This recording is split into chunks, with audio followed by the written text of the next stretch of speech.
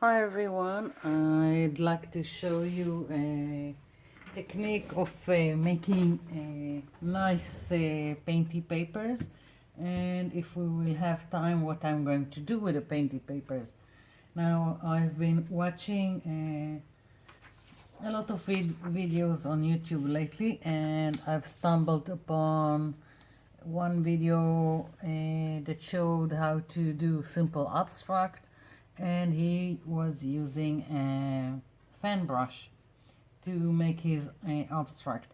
And I watched it for a while, and I thought, well, this is going to be a nice background for a project in my art journal. So I decided that I should try this. So I've already tried it, and I will show you one example how to do it, and then we'll move on. So basically, just take paints that you would like to have on your in your background, and I'm using, this is the cheapest paints there are. It's called gouache, and it's used for kids. And as I said, the cheapest there is. I've seen several videos that it was referred to as tempera, but I'm not sure about it. So when I'm doing painty papers, I'm always using my cheapest paints, because it's just not worth using the pricier stuff. Not that I buy expensive stuff, but nonetheless, I prefer to use this. This is printer paper, it's just a colored one, and I was thinking that even if I miss a spot, I will still have some color in the background, but you don't have to, you can do it on white. I just thought it would be easier for me, and it takes, I don't know if to say a lot of paint, but quite some yeah, that's it. We'll start with this and we'll see. So basically I'm starting with these two, and it's very large fan brush, and it's not from an art store or a craft store. This is from a makeup store. It's cheaper that way. And I'm just putting down paint with this kind of strokes, and you can do more than two colors, of course.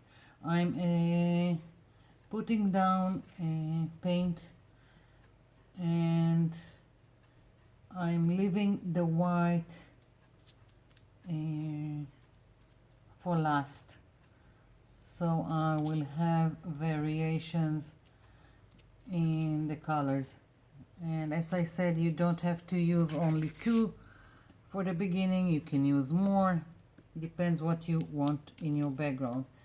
I'll show you in a minute the other painty papers I've done, and you can see that I've used a lot of color on the same page. Right now I'm more concerned with covering my page with paint and movement of the brush, so it's interesting.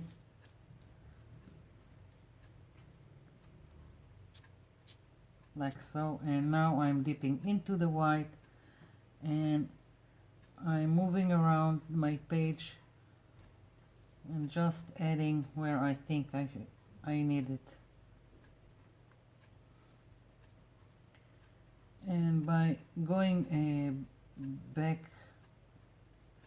to where I've already put paint and it's still wet, it just makes more variations of the colors.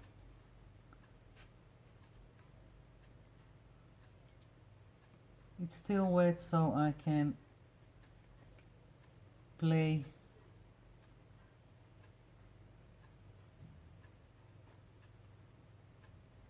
you can add, you can distract by going over a place that you don't want it, and then it will blend. So this is my painty paper or background that now you can play with. Of course, wait for it to dry. Putting the fan brush aside and this aside so it will dry.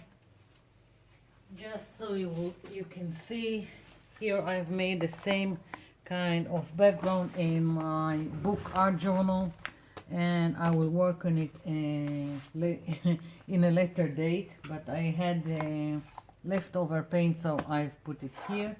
And I'll show you now my painty papers. Just take a baby wipe and wipe off the mess I've done. Okay, so here are my painty papers. I've used red and purple and magenta, and here again, and also orange, the same again. Here I had ochre and yellow, cadmium yellow, and red and orange, same thing. Just played around. Here is also with magenta, and here is another one with the same two blues, also with some turquoise. So here are my pages, and I'm gonna take these ones, and instead of using them as is, I'm going to tear them up. Yes. I'm going to tear them up and make a background and out of them. So I'm bringing my art journal. Here we go.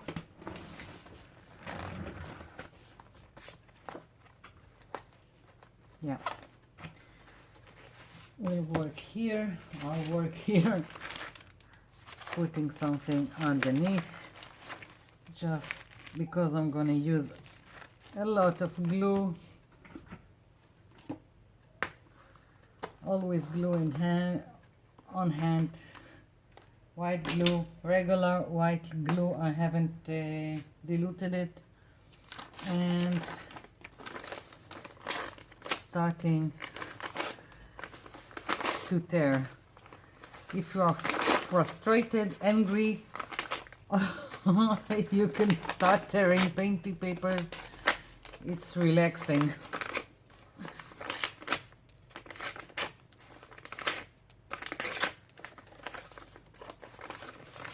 Here we go.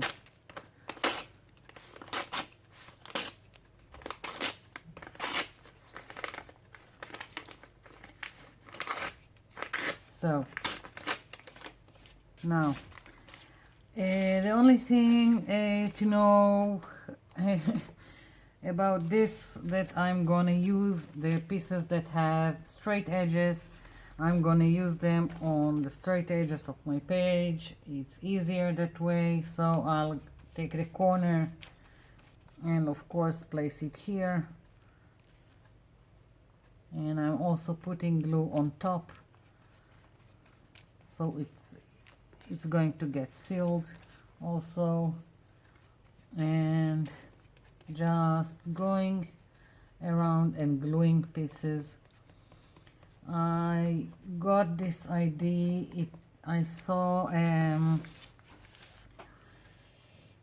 photo in Pinterest, and I'm not sure if it was a quilt or if it was some kind of worked out felt fibers, and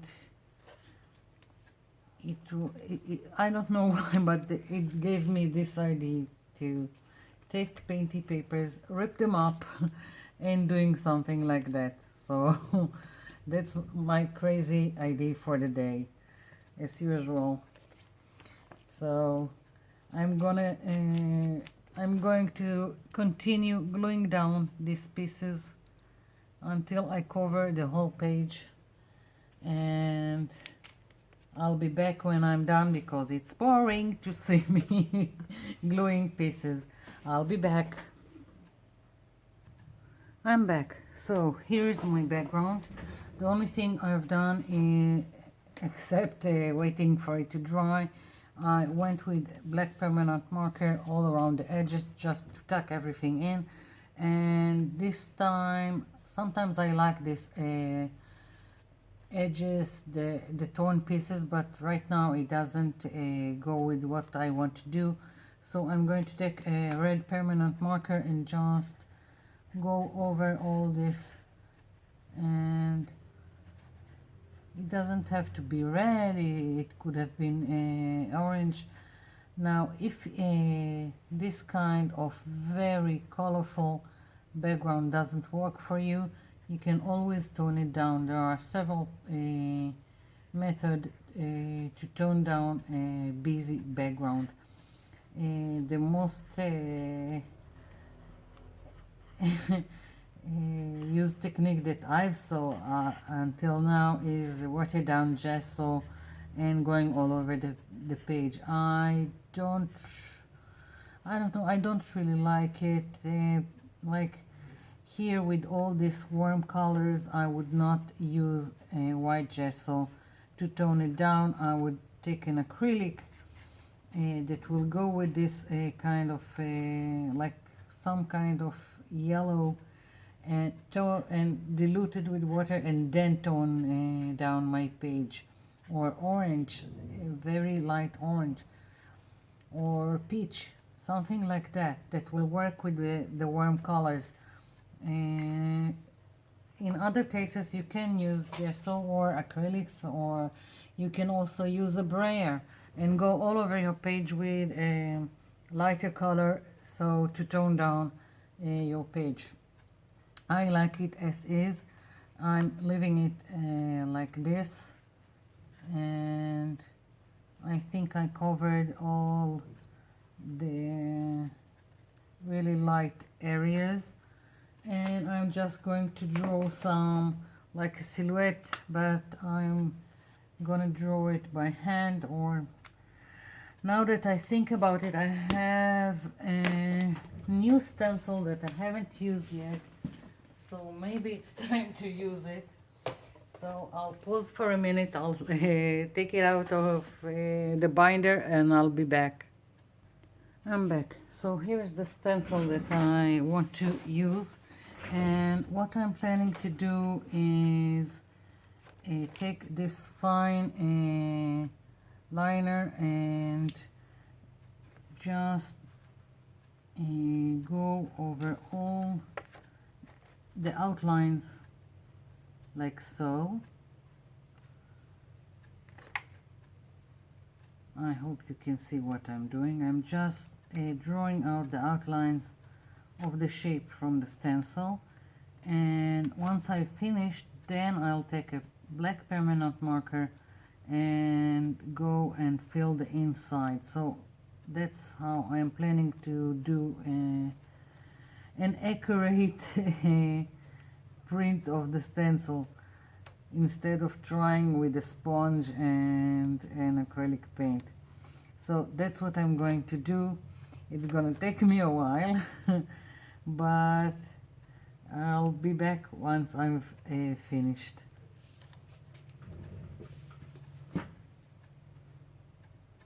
I'm back. So I've finished with the black permanent marker, and I like it, but I need more definition to what I've done here on the page.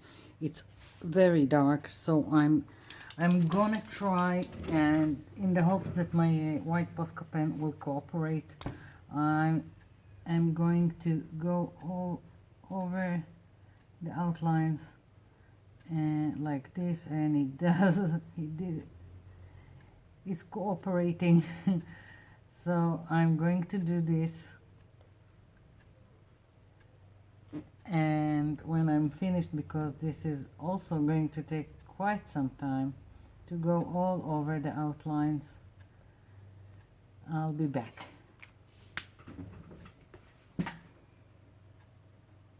I'm back. So I've finished going all over the outlines with the white Posca pen, and I was figuring if I want anything else. I thought about white splatter, I thought about something with gold, and then I decided that I'm leaving this alone. It's very simple page, but I like it. I like all this color in the background, and I'm leaving it as is. So I hope it gave you some ideas and that you would go and do some painty papers with a fan brush. So please leave me a comment below, and thank you for watching, and I'll be seeing you in my next video. Bye for now.